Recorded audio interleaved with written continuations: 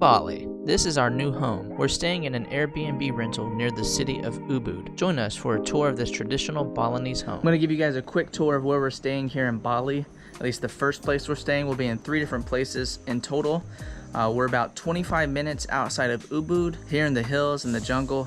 We've rented this place on Airbnb. We're here for a little over 2 weeks, and it costs a little over $500. It's its own standalone private house. From the street, it's very inconspicuous. Behind front entrance is like this whole hidden oasis. There's 3 different houses here. I think they're all rented on Airbnb. We've got some neighbors up here at the top. They're here for several months from Australia. Back here is like a river, goes down into a gorge, and there's just surrounded by jungle. There's a little koi pond next to the stairs. Got the porch here that leads in to these very ornate door frame. And then over here you have the front porch with a view of the house below and the jungle. And then over here there's a new house being built. Probably 75% of the places that we've stayed on our trip so far, there's construction in the building or around where we're staying. So we're quite used to this, although can be quite loud at times. We've managed. Ideally, there's no construction going on, and this would be a very serene and peaceful area. But we have had to deal with construction each day. Here you got a table to sit at and paintings, and then the windows open out to the patio from the inside. So let's take a look at the inside.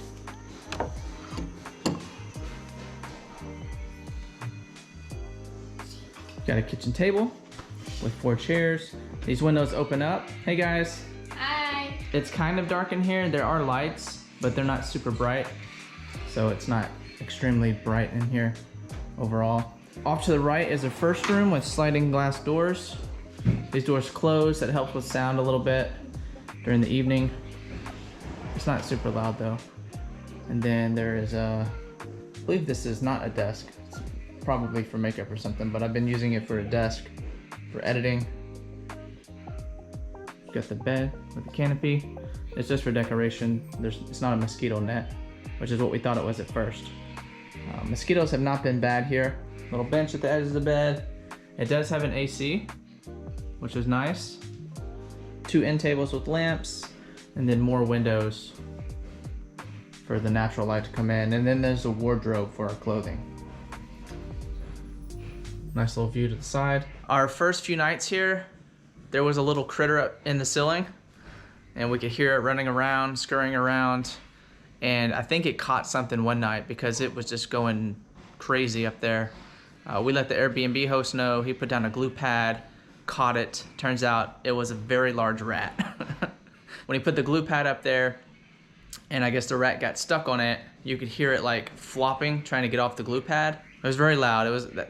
We lost some sleep that night, but he got it out, and we haven't heard it since, so got it taken care of for us. So, suksama.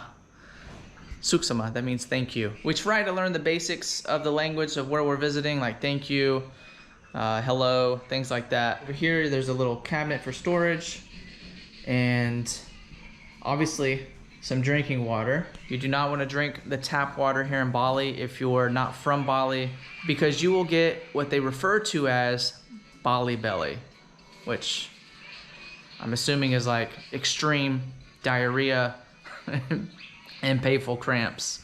Got a small fridge.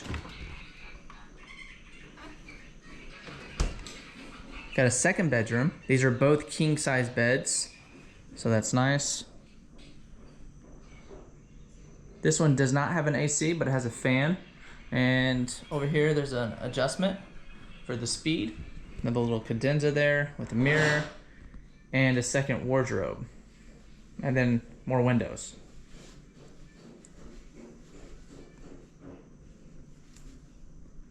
Two end tables here as well with lamps. Pretty much like the other room, just it has a fan and it's a little bit smaller. And then we have the kitchen. The kitchen is pretty basic. It just has a little shelf here, and up there there's a storage cabinet, but all the dishes are kept over here on this little rack. There's a sink, and then there's a stovetop with a kettle for boiling water, and that's how I've been drinking my coffee. I've had to get accustomed to instant coffee which isn't my favorite, but I need the coffee, so nothing too fancy, but good enough. And then we have the bathroom, which is actually an open air outdoor bathroom. It is covered here, but as you can see, part of it's open air with this nice lush rock wall.